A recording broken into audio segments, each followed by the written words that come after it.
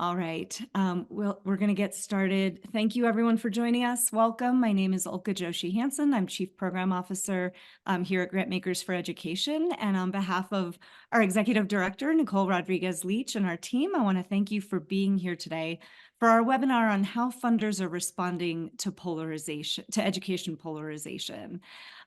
This is the topic of how funders are responding at this moment is very timely for us as an organization. It's something that we're going to spend time in the fall at our annual conference reflecting and learning together about.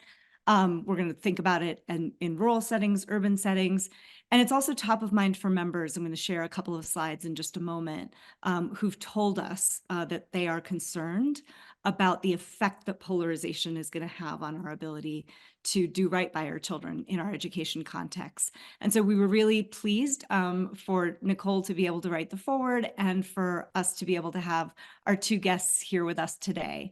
If we can go to the next slide, I just want to start with a little bit of framing. We conduct a benchmarking report every 2 to 3 years. We've been doing that since 2008. Our most recent benchmarking report was released in June of last year, and it was the first report and survey to be done of our members since the pandemic and since the racial reckoning and racial awareness in the US.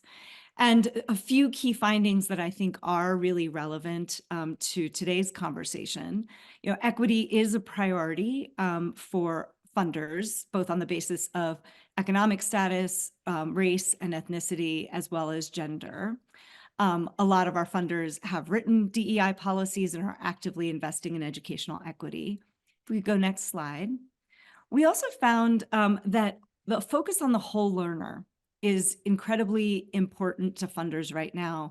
If we went through a period of education reform where the focus was on academics, there is a real sense that students need support in their social and emotional learning and health. They need mental health services. They need out of school time and wraparound supports.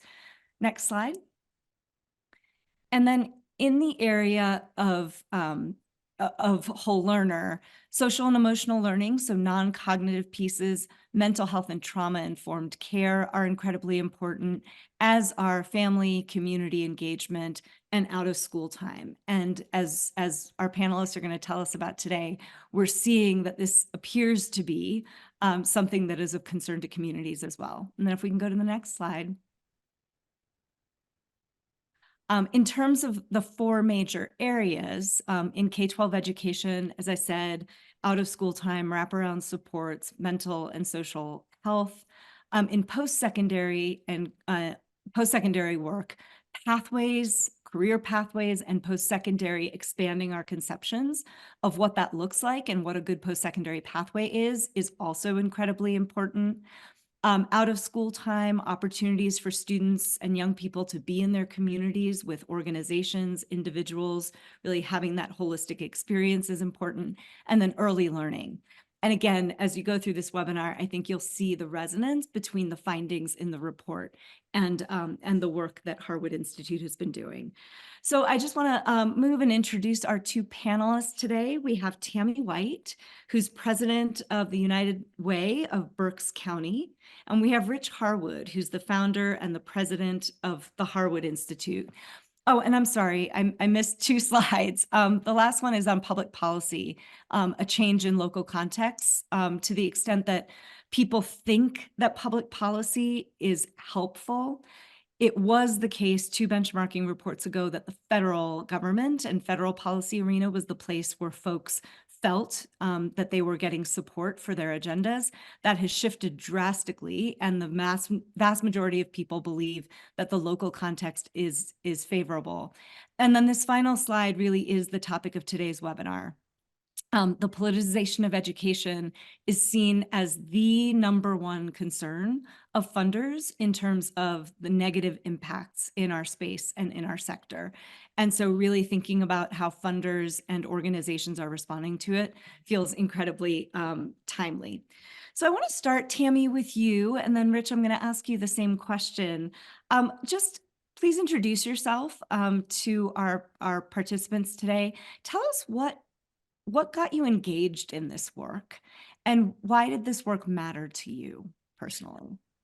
Thank you, Olga. So again, Tammy White, I'm the president of the United Way of Berks County, situated in Reading, Pennsylvania. And, you know, this work, I actually started having a conversation with Rich probably at the end of 2021. He had just finished working with Centro Hispano and had completed 25 interviews and over 16 community conversations to talk to residents of the community about what was important to them around the area of education.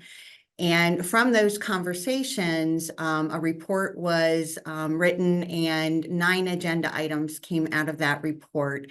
And, you know, what we knew from a United Way perspective is what the report had to say, what resonated with us, and what we wanted to see was this work continue. The conversation had started, people were engaged. We didn't want to lose that momentum, especially coming out of COVID. Because we knew that people were isolated, and people were yearning to get involved, but didn't know how to best do that. And we felt this was the perfect opportunity to harness that desire to be involved and you know, nurture that desire to be involved. And the other piece of this was that, you know, this community has engaged in other types of, I will call, similar activities. So in talking to Rich, the other funders, United Way, we wanted to make sure that this was something that was going to stick. And we were pleased with what the funding that we pulled together to support the next phase, how we would be supported by the Harwood team, and not just the funders, but all of the people involved. So that and, you know, again, the impact COVID had on education and what it would mean to band together and begin to work on the 3 areas we identified. Thank you. Rich, same question. What compelled you to be involved in this project, and why did it matter to you? Yeah, I think a few reasons. First, Rich Harwood, I'm president and founder of the Harwood Institute for Public Innovation. And it's been great partnering with Tammy and other partners in Reading. Look, I know funders are concerned about how education has been politicized. I also have come to know over the 35 years I've been doing this work that education actually is the best proxy we have for how people think about community. And we know that people are looking for a new path forward in this country, and it begins in our communities. So when you put that together, it suggested, look, let's work in, the Institute works in local communities. Let's take on this issue of education. And I happen to believe that education is one of the best ways. I know we'll get into this, but I just want to say this up top. Education is one of the best ways to move through the polarization and the politicization of society that we're all experiencing. I know that may be counterintuitive. I know it doesn't show up in your survey, but I actually believe that there is a practical response to what we're seeing happening. There are other reasons why we wanted to be involved, in particular with Reading. The Institute's working across the country in some of the most divided communities in the country: Jackson, Mississippi, Alamance County, North Carolina, Jim Jordan's district in the founder of the Freedom Caucus in Ohio. I just came back from Pensacola, Florida, Matt Gates's district. It happens that Reading in 2011 was declared the poorest community in the entire country. It was once predominantly white. It is now 65% Latino. It is the new America. And the reason why, one of the reasons why I wanted to work with Reading is to demonstrate that we can make the new America work. We can make it work for everyone. It can be more equitable. It can be more inclusive. It can be more hopeful. And that education actually does not need to be pushed to the side through culture wars. It can be brought to the center of our lives as a way to pull a community together, not further divide it. And I think that's what we've been able to demonstrate in Reading and in other places as well. So Rich, you've started to answer this question, but I want to start with the big picture view of how Harwood conceptualizes or thinks about polarization and what's important in terms of responding to it, especially in the context of this report? Well, first, I'm writing a new piece called The Mantra of Polarization. And it's because I believe that it has become almost our knee-jerk response to everything. And if we're not careful, it's going to become a self-fulfilling prophecy in our lives, in our communities, in our society. So polarization, we are divided. There's no question that Americans are divided. But here's the thing. If we insist on framing our debates, particularly around education, around problems and solutions, we are immediately asking people to pick up sides. And in the mode that we're in, I believe we're kind of in more of a fight or flight mode than a polarization mode, that we have become so fearful, so anxious, so exhausted, that when things get rough, when things get heated, we decide either we're going to flee, which so many of us have, we've retreated, or we come out swinging to win at any cost. When we insist on framing education debates as what are the problems, what are the solutions, we're going to push those, people immediately go into a fight or flight. The second thing that we tend to do when we don't do that, there is an alternative, it's equally as bad, is that we go into what some of our guests might have done. So I hope I don't insult anyone by saying this, but it's the truth. We go into these visioning exercises. You know, okay, you might have been involved in some of these where you put the little yellow dot next to on your laundry list of ideas. And, you know, I was in DeSoto County, Florida, talking to educators and other folks. And I said to them, whatever happened to all the visioning exercises you've done? And the assistant mayor of one of the towns said, not a damn thing. I've got an entire shelf with these glossy 4-color reports with, you know, like 500 recommendations and 50 task forces that never went anywhere. And the question is why? Why don't they go anywhere? And they don't go anywhere because they're not relevant to people's daily lives. People don't see and hear themselves in them. They don't see their daily realities reflected in them. The things that you talked about in terms of the whole learner, which is what we found in Reading, those aren't reflected in these visioning exercises, these utopian visions, too far away from our daily lives. And so they sit on a shelf and they go nowhere. And as Tammy said, Reading and other communities have experienced that. So I do think there's an alternative real quickly. And that is, I think, and this is what happened in Reading, we need to focus on our shared aspirations. And when you ask someone tonight around your dinner table or at your church on Sunday, or at your child care center when you're dropping your child off, what their shared aspirations are for their lives and for their community, they will tell you something, Ilka, from their guts that holds meaning for them, that they want it acted on, and typically is actionable, doable, and achievable. And here's the other thing. When we start to articulate these shared aspirations, we begin to realize we don't agree on everything, but we can agree on something, so we can get to work on those. And the other thing about shared aspirations is they implicate us. There is no single organization, no single leaders, no single group that can achieve these aspirations on their own. We've got to go together. And that's what Reading's been doing. They've been going together. Tammy, I'm curious, does this resonate with, you know, what you've experienced in the context of your work in Reading? Yeah, absolutely. You know, what we are finding is as we work together is that we have more common aspirations than we don't. And, you know, it is being able to focus together on what we want to do together. And, you know, we have 3 different groups that are working on 3 different issues, where we have a group that's working on after and out of school, pre-K and early education, and English as a second language. And the groups, even though we're working independently, we meet, we know what each other is doing. And, you know, I'm so proud of each group because, you know, they had a vision and they're moving towards that vision. I know Ryan Bryce is on the seminar today. And, you know, I have to say, the English as a second language group, they are holding monthly dinners and time for people that are learning English as a second language to have conversations with people who are English speakers. And, you know, what that has done is it has brought people together that wouldn't normally be together. And so, yes, it's helping to improve language, but it's doing way more than that.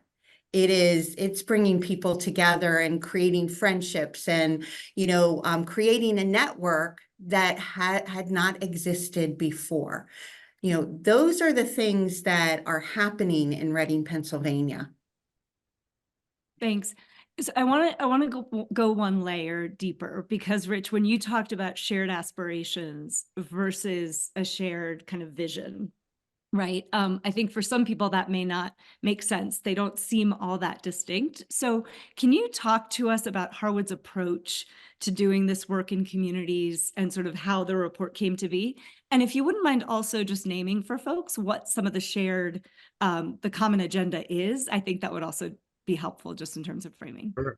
Well, it's interesting because it's almost the slide you put up, right? So as Tammy said, there's English as a second language, after school and out of school, mental health for young people,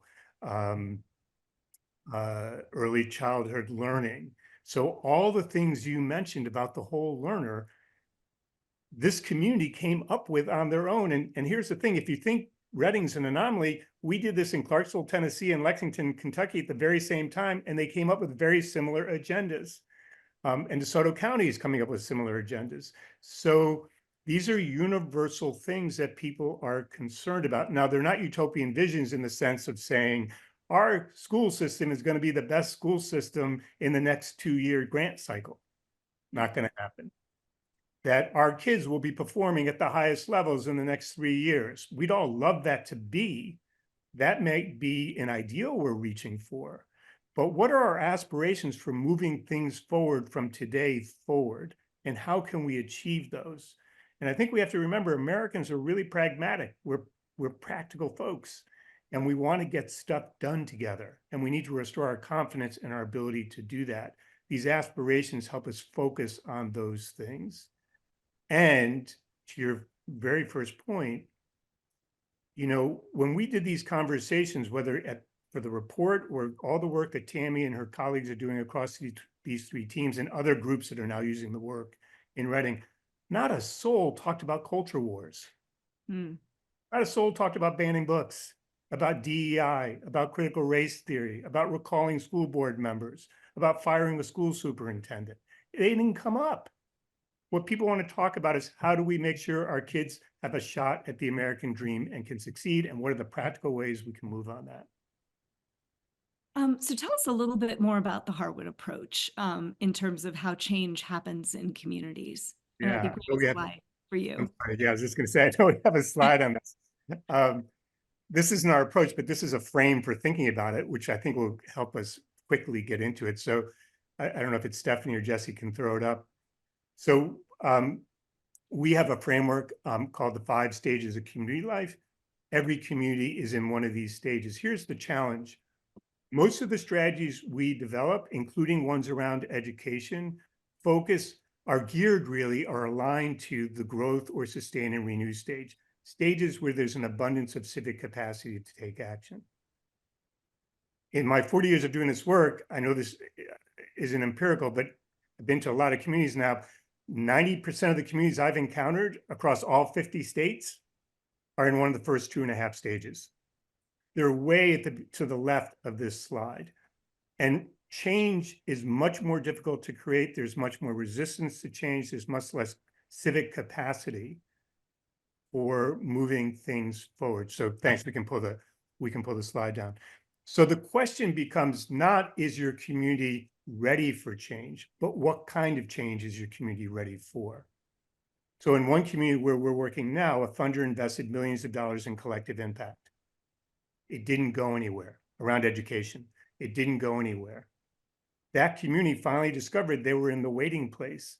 Well, in the waiting place, there's very little energy for change. There's very little public will. There's very little trust. There aren't leaders and organizations that bring people together and catalyze change. It's very hard to get things moving. So the very last thing you'd want to do is comprehensive collective impact change. You'd want to start small and catalyze change to move forward. So our approach and the way in which you move through these stages, I know we like to talk about programs and strategies and initiatives. The Institute does too. Everyone's work takes that form. It has to. But what enables things to grab hold, to take root and grow and spread in a community? It's actually the civic culture. It's the enabling environment. It's the underlying conditions, whatever you want to call it. And for us, that relates to what are the norms of the community? Do we have leaders who are turned outward toward the community? Do we have organizations who know how to catalyze change and bring people together? Do we have a shared sense of purpose? Do we have productive public discussion? All the things that actually Reading didn't have a lot of. So if in fact we want to create change around education, and if we believe that helping people gain a greater sense of belief that change is possible, which means they need proof. And if we believe that we need public will to do this, and if we believe that change can't happen overnight, but it's only going to be over a trajectory of time, then we'd really want to start where the community is in one of these, understanding which stage you're in. And we'd want to pay a lot of attention to the civic culture of the community and how to generate a stronger civic culture while we're creating change around education. It's all practical, it's all doable, it's all things Tammy's doing every day. Yeah. And Tammy, I want to come to you, but what you're saying, I've been noticing the number of op-eds and books that have been coming out recently on how to have a conversation, how to approach strangers, right? I mean, it's stuff that in some ways you're like, this is really basic.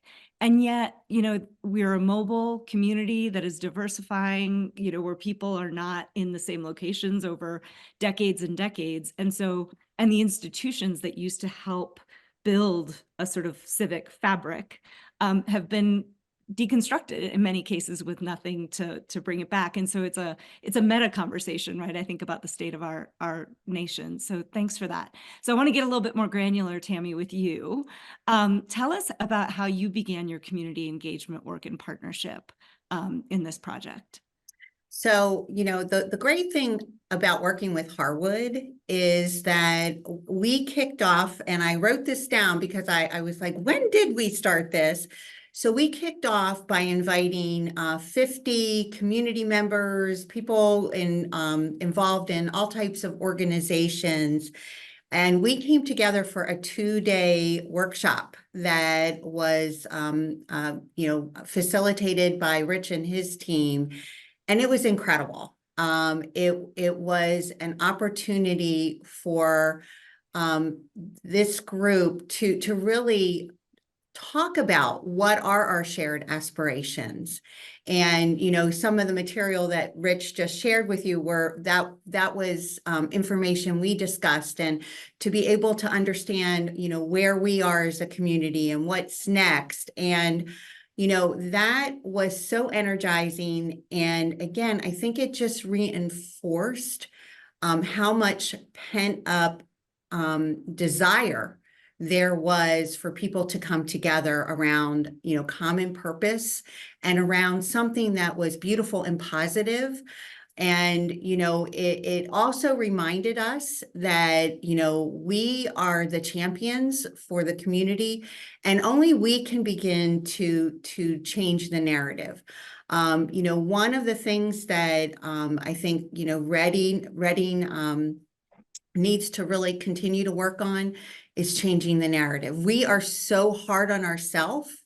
And, oftentimes it takes somebody from the outside to say, stop it, and Rich is really good at doing that. But, so that's what launched it. But then, all of the groups are meeting on a regular basis. And then every now and then we get an infusion because we do a workspace with Harwood. And again, it's just, it's that ongoing learning, that ongoing education, that ongoing, also, I think, acknowledgement that things are happening. When you're in the work, it's hard to acknowledge that you are making some progress. And again, it takes somebody from the outside to say, you wait a minute, look at what you have accomplished. And we all walk away, I think, with that sense of, wow, we are making a difference and there's so much more to happen. Just So, quickly build on that. yeah. Go Yeah, ahead. so because I think one of the things that is embedded in what Tammy's saying is, the change that the folks in Reading are creating. You asked me about how change happens. The other part of that is embedded in what Tammy's saying, which is it's not a single program, right? They have unleashed a chain reaction of actions and then subsequent actions and ripple effects that keep building on each other and spreading and growing. That is the key to this change, in part because there is no single action. And typically we tend to go for that single action, which I think is a big challenge for us, a big mistake, actually. And the other thing is, as people are creating these chain reactions, what it's doing is strengthening the civic culture of the community, because they're addressing what matters to people at the very same time that they're building the civic culture that we were just talking about a moment ago. And that is sort of reweaving the civic fabric of the community as they're doing the work around education. And for those of us interested in education, we need community for education to work. And for those of us who are interested in community, we know that education is pivotal to helping communities drive forward. And so these are mutually reinforcing things. So it sounded like you kind of almost zoomed out, kind of saw what was happening. There were probably lots of things happening, but Tammy, what then was the process because you can't do everything. So how did you land on where you were going to put the focus and energy, and what's come out of that? Right. So, our work, so the work is talking and having community conversations with individuals. And we held lots of community conversations, and you pull together the commonality, what we were learning. And actually our group first identified that, what we wanted to do was increase the affordable the amount of affordable quality childcare opportunities, more slots for families. And we were working on that. And as we look deeper at what we were learning from our community conversations, we finally recognized that, wait a minute, that's not what we're hearing. What we're hearing is that there's not enough awareness on the part of parents and caregivers about the importance of being their child's first teacher, about the importance of early education. And so we stopped and said, wait a minute, and we actually made a U-turn. And said, our focus shouldn't be on creating more childcare. Our focus should be on creating greater demand for quality childcare. And, I think, that sent the signal to people, we are listening. Because, we are wired to say, this is what needs to happen. And then we make everything align with where we want to go. And so that was a significant change for us. I want to just interrupt here to invite all of you as participants to drop questions. And if you could do it in the chat, that'll mean there's one place. But I want to ask a question that did come up. How did local schools and educational institutions respond to these community-driven initiatives? And this is not what the person said for the question, but I think we sometimes have this sense that institutions like those are actually standing in the way of kind of community conversations. So what did that look like in terms of local schools and educational institutions responding? Do you want Yeah, to go? Tammy, Rich, either Sure. of you. Yes. Yeah. Sorry. Yeah. Go ahead, Rich. Well, I would just sort of say initially, there was a new school superintendent. The report came out about education. And I think my experience, like many of the funders I suspect on the call today, the experience is that, educators get defensive What do you mean we need to improve our education system? But the report actually wasn't about the public schools. The report was about people's shared aspirations for education, not public schools. Public schools were part of that.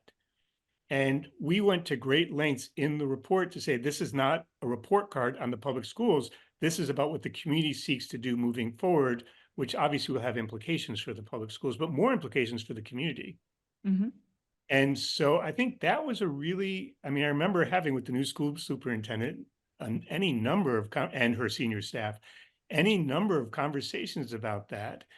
And Tammy can pick it up here, but what's great about what's happening in Reading is that in most places we work, schools are fortresses, school districts. You know, if they can't control it, they don't want to do it. And we decided, and in all the institutes work on education, which we've been doing for 30 years, we typically start on the outside and move in, not on the inside. Because we know that there's a covenant between schools and communities around the future of their kids. It's not just public schools. So to the credit of this school system and the school superintendent and the school board and the leadership, they've actually started to have been engaging in really great ways without, this is, for me, this is the punchline, without taking control of the work. So Tammy can talk about how that's Yeah, happening. so the Reading School District is a great partner. And, again, recognizing that education is the community's responsibility, not just the school's responsibility. And, we are partnering with the Reading School District in so many ways. And as Rich said, there are staff involved with the Harwood practice. They're sitting next to us at these workspaces, and they're sitting around the table with the people involved. They're listening, they're learning, and they're focused and helping to identify how we move together. Not the school district moving alone, not organizations moving in a different way, but how do we move together to achieve our common aspirations, our common goals. They're great partners. And did polarization come up at all in these conversations? No. No, and in fact, go ahead, Tammy. I was just going to say, it doesn't come up. There is just such a focus on, what is it that we need to do together, and it's such a unifying way to approach community change. Can I just add one quick thing to you? I said before, I just came back from Pensacola, which is Matt Gaetz's district, one of the more vocal members of Congress. That county where Pensacola sits has banned more books than any other county in America. Their schools are underperforming there. When I was there, I can't tell you the number of residents and community leaders who said to me, we want to work on our local public education, and we are tired of the culture wars, and we want to have a productive conversation about how we can move forward. And not only just a conversation, we want to take productive action to make things happen, which I think is really critical. So I think, Tammy mentioned this very early on. I think there's this incredible yearning. I know this sounds Pollyannish to some people. I get it, but there is indeed this incredible yearning in the country for people to figure out how we can come together and get some stuff done, not to agree on everything, but really to restore our belief in ourselves and in one another that we can do this, and to increase or strengthen our civic confidence. People know we're going in the wrong direction. They believe we're going in the wrong direction. And they want to change that. And I actually believe, not just because I'm going to call with education funders, but since we're here, I actually believe that education can be one of the things that brings people together, not divides us. Everyone wants to talk about youth, but we're going to have to reframe the discussion and take different types of actions to get it moving. And, I didn't ask about this, but I'm curious, like, tell us about the composition of the group. Was it a diverse group? Were there people there whose interests were transgender youth, or people, who were looking content of their children's education? Tell us a little bit about that, just so that we can get that vision, right? Because I think the skepticism probably is, yes, but, these people are probably left out, or, these interests. Before Tammy jumps in on that, let me just sort of go to the premise of the question in a way. Okay. Yeah. Because I've had funders tell me this recently. They said, well, you didn't bring enough people together at the get-go of the initiative for it to be reflective of the community. My response is, good luck doing that. We're not going to be able to do that. Most communities in one of these first 2.5 stages are not going to succeed at doing that. The initiative is going to stall, is going to further undermine our sense of belief in ourselves. So if you look at where we started with a relatively small group, 50 people, based on a lot of other conversations, which were very diverse. We touched every part of the community, every single part of the community. And in terms of taking action, we started with these 50 people, but we're at a network now that has grown and grown geometrically. So what's happening is more and more people are coming to this, more and more people. So this is more radically inclusive than when we insist on having everyone at the table at the beginning, which can almost border on tokenism.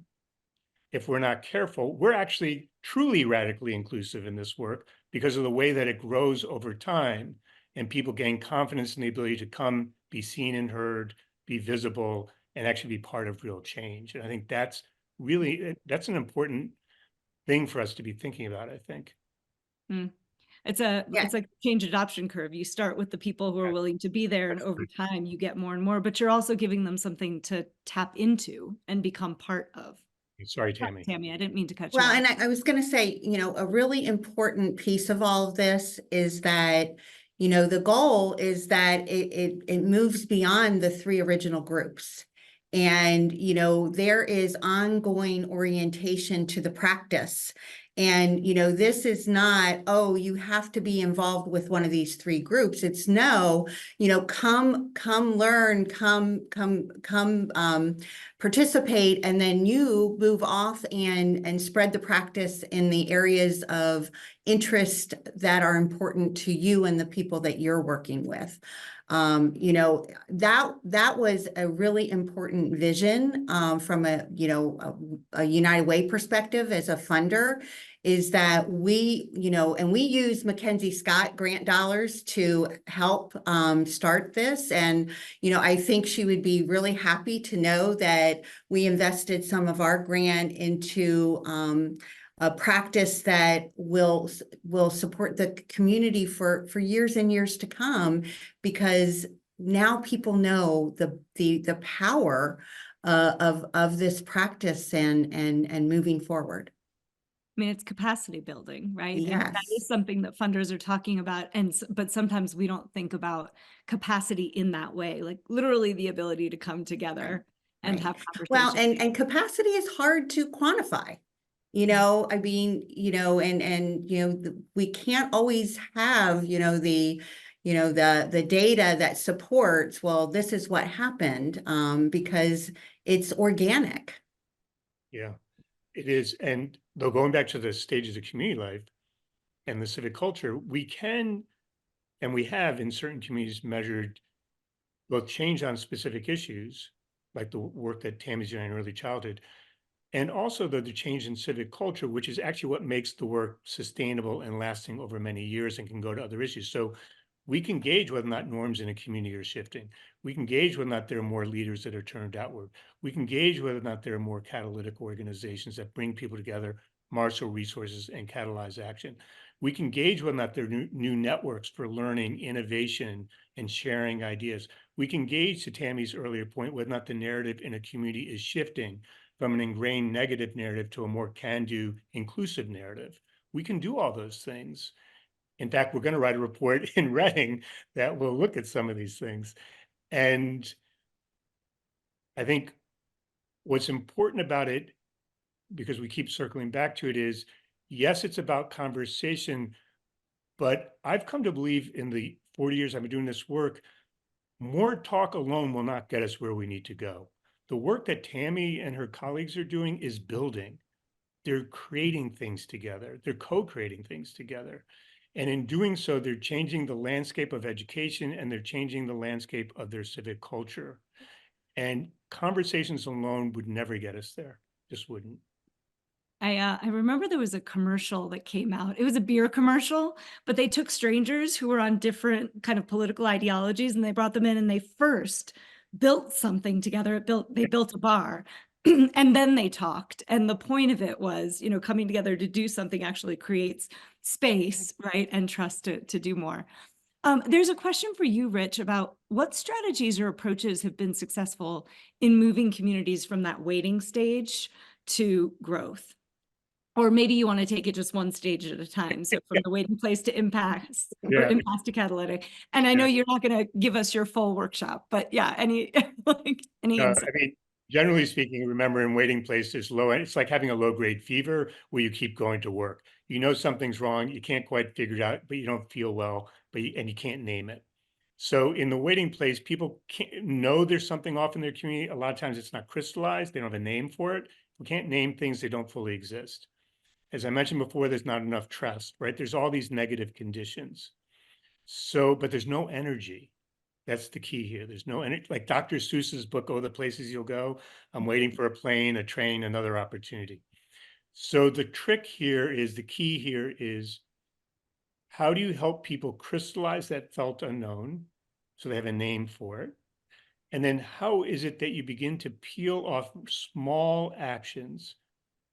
Because a lot of people are going to say they're going to show up, but then they don't show up, residents and leaders, right? That was the problem with the collective impact initiative in this county where we're working. So how is it that you peel off small things and you start to demonstrate that progress is possible and not try to grow it too fast, but keep it moving? Because it's likely, even when you get it going, it's likely to stall out. So you're going to have to stick with it. Now, and how is it that you begin to identify those leaders, as you were saying about the adoption curve, who are ready to go, who are going to be few and far between? And how is it that you start to network them, not into coordination, but informal networks where they can learn and support one another? And then how is it that you begin to build those pockets and then create more pockets over time? The challenge for funders is, this is not sexy work, right? You're on the ground, you're a ground floor funder here. And the other challenge that I find with funders is, we created something called the Funders Roadmap with funders across Australia, taking the 5 stages and looking at what are the implications for funders. The challenge is we try to ramp things up too quickly. Mm. And in the waiting place and impasse and even early catalytic, you undermine your progress by trying to move too fast and believing there's a larger appetite for change than there really is in the community. We have an equity and grant making learning group, and the conversation we keep coming back to is that the way philanthropy has been structured, in the way the culture of our current environment is, it's a theory of change. It is linear. It's very short timelines, right? And the funding sort of goes in that. But Tammy, it's significant that you use the Mackenzie Scott grant, right? Because that's a large amount that you get to make choices around and don't have the responsibility. So it's a much more emergent, community derived process, where I think you said, Rich, that, you know, things happen and you're not even sure exactly how they're going to happen, but they sort of grow organically and kind of maybe fallow for a while, but then lots of things start to shoot up. I want to shift to lessons for funders, because there are funders on the call, I'm sure, who are in different stages of community engagement work. And you've started to share some of the lessons learned. I'm wondering if there are others that you just want to lift up about how to do this work well. Well, Tammy's a funder. So Tammy, do you want to start? Is that okay? Or yeah. So, again, I think that, again, from a funder perspective, you have to look at this differently. And you can't go into funding this with this is my desired outcome of providing the funding to support this work. Because the importance of this work is that it is reflective of what is important to the community. Now, again, if you want it to be around education, that's, you talk about education and you move the agenda forward around education, but you can't have preconceived ideas on, what that agenda is going to be. Although, I need to say that, Rich had worked in 3 different communities and the agenda items are more alike than they are different. But, again, it's the pathway to get to improving pre-K and early education. You can't dictate how that's going to happen. It needs to come from within the community. And I think that can be difficult for funders at times. Yeah, I would just quickly add to that as we said before, I think you have to be really clear about what stage your community is beginning in, because that is a gauge of readiness. I don't mean appetite. I don't mean whether or not people want change, just sort of where are you? Because we tend to communities where we want them to be. Second, I think an implication for funders is that we need to think really critically about what are the levers for change here. And I think, yes, there are programs and strategies, but I think equally important, if not more, if you're moving a community forward is, if you're trying to move a system forward or an ethos of education in a community rather than just a single program, I think we need to be thinking about the civic culture of the community. Even around programs, I think we need to think about that. I think we need to think about time differently, as you just suggested. This is emergent change. And for a long time, you might not see a whole lot of action. And then all of a sudden it does shoot up and it does take off. And I just led a board retreat for a funder around this work. Will you have I don't want to say the patience, but will you think about notions of time differently? Because I think we do have to think about time differently. I think we have to think about metrics differently. That what are signals that would suggest we're moving in the right direction? And then another thing, I think I'm writing a piece on this now, so I'm thinking about all the things in this piece that the Walton Family Foundation is supporting. What I find with a lot of funders is that it can be difficult at times to recalibrate, because we set up a program or a strategy or a grant and we have to implement it. And as you know well, and the folks on the call know well, if you're implementing a program around education over time, as you're learning, you begin to realize that actually your assumptions were off. I mean, that happens to all of us. That what works actually isn't what really works. And so I think we need to be more nimble and more open and frankly more vulnerable about what it takes to, we call it civic learning, what it takes for learning about the communities that you're working with and how that feeds back into the ways in which you're doing your work.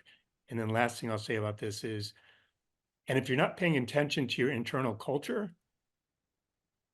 there's a misalignment between your internal culture and what you're trying to do with communities. And that becomes problematic over time too. And for a lot of funders, they tell me that's a huge struggle. Meaning the internal culture of the organization, yeah, between board and staff. So I have gotten a question from a participant who didn't want to put this in the chat, which I think says something about our broader context at this moment. But I think wanted to ask you, right, about these terms polarization and culture wars, that it's not culture wars. And, it is targeted funding by groups that are trying to attack groups that are different from white heterosexual kind of norm, right? And it's attacking people's humanity. And so even using those terms seems to kind of ignore something really important that's happening that feels like it's not being named. And I'm wondering if you can respond to that, one or both of you. Look, granted, words matter. The Institute spends a lot of time on language. And what I would say is, what I'm concerned about is what's the pathway out? And all of our work, and this I push really hard on, all of our work is rooted in the dignity of all people. All of our work is that all people need to be seen and heard. All of our work is that everyone has a, a God-given right to opportunities in this country. All of our work is about the fact that we need to make all people need to be visible to one another. The question is, how do we do that? That's what I want to focus on. And I believe that there are ways out of the mess that we're in that give people a sense of hope. That's what's happening in Reading. Reading is 65% Latino. It's been driven by a bunch of white folks, white guys my age, for years. That's starting to break loose. That's starting to break loose. And that's what I'm concerned about, is how do we break loose from the things that are holding our society back and holding people back. And I think that's where I want to focus, because I actually believe we can make progress on those under the right conditions, and that will start to address these big fundamental fault lines, which actually all of the Institute's work is wrapped around these fault lines. That's why we're actually working in the communities where we're working. Tammy, any reflections? I think Rich, said it beautifully. Our work is inclusive, and it really is about people coming together to work, and I know it sounds maybe a little too simplistic, but finding our commonality and pushing together for the change we want to see. Another question from a participant. So in California and elsewhere, religious organizations have organized around single issues like gender identity. They're trying to replace board members, firing superintendents with strong track records. Thoughts on how to avoid this? Yeah, look, we're working in Sarasota County right now, which is, one of the homes for Moms for Liberty. And as we all know, for every group on the right that has formed, there's a group on the left that is seeking to push back and protect people's rights and dignity. But here's the thing. So long as that's the wholeness of our debate and our discussion, we are forever locked into gridlock.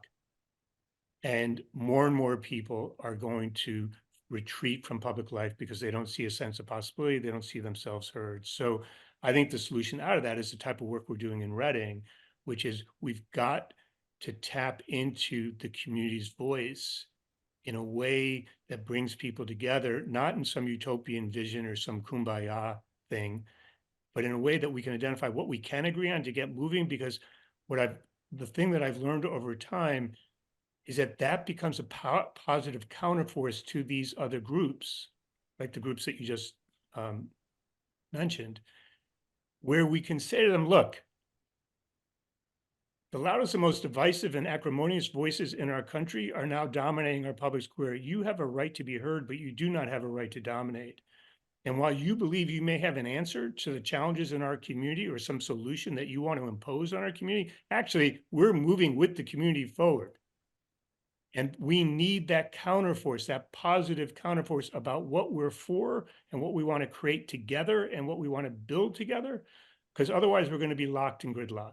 And I don't see that as a positive solution to anything. And I want to name, I think some of these questions are coming from what's being perceived as a lack of willingness on the part of funders or maybe a retreat on the part of funders from commitments that were made to racial justice and equity in the immediate aftermath of the George Floyd murders, right, and 2020, and this sense that people are sort of pulling back from explicitly fighting back, however you want to frame it, and pushing back against it. So I think that's where some of these questions are coming from as funders themselves and community grapple. I want to end with authentic community engagement, right? It's great, you bring people together, but people don't feel then that they can engage. Difference between being invited to sit at the table and then actually being heard and sort of being valued as a participant. Can you share what authentic engagement looks like from your perspective, both of you?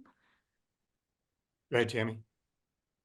Again, I think that, authentic is, it, it's hearing. It is hearing what people are saying. Um, it is capturing it and repeating it back. It's confirming that, what we are hearing is actually what is being said. I think authentic engagement is also engagement where individuals feel trust, they feel safe, they are comfortable being maybe more vulnerable than they would be if the conversation wasn't authentic. It is a promise that, as we're going to be around the kitchen table, oftentimes that's how, we describe the conversations that we have. But, trust is huge when we talk about authentic conversation. Rich? Yeah, I think that's great. So I would just add a few things because I think Tammy said it so well.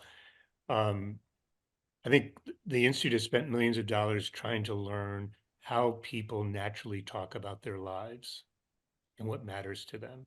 And so I think one of the challenges is we construct all sorts of processes and forums and conversations that are professionally driven by some framework we created. And what we've worked on is how is it that we can create a conversation based on questions, but the questions actually help people naturally tell their story over the course of a conversation and learn from each other. And that, to Tammy's point, builds trust. People feel seen and heard. Um, they've gained a sense of meaning and possibility. So that's one thing. Second is, I think, as Tammy said, we've got to do a better job at reflecting back what we're actually learning. The other thing is, as you know, is that one of the things we find in every community is people say, well, it's nice that you listened to us, but you didn't do a damn thing. Like there was no follow-up, there was no action. This was all lip service. This was all window dressing. And so I think if we're not prepared to take, I don't mean hold up your thumb, but make discernments about what we're hearing, figure out where it connects with our mission and what we're doing, and then follow through on the action, then we ought not to engage people. We're doing more harm than good. And the other last point I want to make is one that you've already alluded to, which I think is really critically important.